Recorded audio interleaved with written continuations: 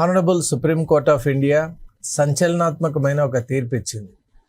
Betting ఏదైతే ఉందో, ముఖ్యంగా ఆన్లైన్ బెట్టింగ్ ఏదైతే ఉందో దాన్ని నిషేధించే విధానాన్ని సమర్థిస్తూ వివిధ రాష్ట్రాలు తీసుకున్నటువంటి నిర్ణయాన్ని సుప్రీం కోర్ట్ ఆఫ్ ఇండియా సమర్థించడమే కాకుండా online betting does not get any protection from constitution, అంటే రాజ్యాంగ రక్షణ ఉండదు ఆన్లైన్ బెట్టింగ్కు అనేటువంటి ఒక విషయాన్ని కూడా స్పష్టం చేసింది. దీని ద్వారా అన్ని రాష్ట్రాల్లో కూడా ఆన్లైన్ బెట్టింగ్ అనేటువంటిది నిషేధింపబడేటువంటి ఒక అద్భుతమైన సందర్భం మనం చూడబోతూ ఉన్నాం. మరి ఆ విషయాలేంటి, ఆన్లైన్ బెట్టింగ్ వల్ల కలిగే అనర్థాలు ఏంటి, అవన్నీ కూడా మనం ఇప్పుడు విశ్లేషణ చేసుకుందాం. మామూలుగానే బెట్టింగ్ అంటేనే అదొక వ్యసనం. అంటే వ్యసనం అంటే ఏదైతే సరి అయినటువంటి పాత్ కాదో దాన్ని వ్యసనం అంటారు. మనం అనాదిగా కూడా చూస్తున్నాం సప్త వ్యసనాలని, వాటిలో జూదం కూడా ఒకటి ఉంది. ఇప్పుడు ఈ ఆన్లైన్ బెట్టింగ్ ఏదైతే మనం చేస్తున్నామో అది కూడా it is a modern form of గ్యాంబ్లింగే. ఇప్పుడు గ్యాంబ్లింగ్ అనేటువంటిది భారతదేశంలో నిషేధించినటువంటి ఎంటిటీ అండ్ ఒక యాక్టివిటీ కాబట్టి దాని యొక్క డిఫరెంట్ డైమెన్షన్స్లో ఒకటే ఈ ఆన్లైన్ బెట్టింగ్ కూడా.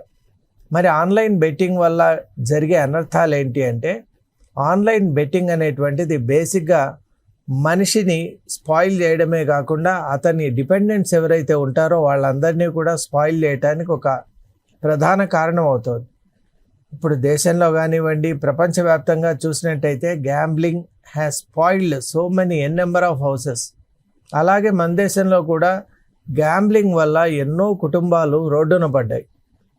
అలా పట్టడానికి కారణం ఏంటి అంటే, ఆ గ్యాంబ్లింగ్ అనే యాక్టివిటీలోకి ఒక్కసారి ఎంటర్ అయ్యామంటే ఆ మైండ్ సెట్ లైక్ స్మగ్లింగ్ అది అలాగే వెళ్ళిపోతూ ఉంటుంది యూనిడైరెక్షనల్గా. ఇక మళ్ళీ తిరిగి వచ్చి తనను తాను సంస్కరించుకునేటువంటి విధానం ఉండదు అక్కడ.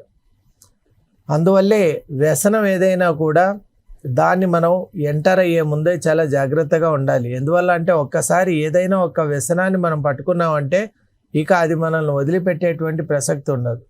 అందువల్ల ఈ మధ్య కాలంలో మనం చూస్తున్నట్టయితే ఈ గ్యాంబ్లింగ్ అనేటువంటిది ఒక కొత్త రూపాన్ని, సరికొత్త ఒక ఒక రీడిఫైన్డ్ స్ట్రక్చర్ని ఏర్పాటు చేసుకునేది. దాన్నే ఆన్లైన్ బెట్టింగ్ అని అంటాం. ఈ మధ్యకాలంలో ప్రతి ఒక్కరు కూడా ఆన్లైన్లోనే ఉండటం అనేటువంటి సర్వసాధారణం అయిపోయింది. ఇంటర్నెట్కి అడిక్ట్ అయిపోయారు. కాబట్టి సుప్రీం కోర్ట్ ఆఫ్ ఇండియా ఈ తీర్పు ఇచ్చే సందర్భంలో కొన్ని ముఖ్యమైన ఆసక్తికరమైనటువంటి అంశాలను కూడా వెల్లడించింది. ప్రివెన్షన్ ఆఫ్ గ్యాంబ్లింగ్ యాక్ట్లో అప్పట్లో గ్యాంబ్లింగ్ హౌసెస్ అని ఉండేవి.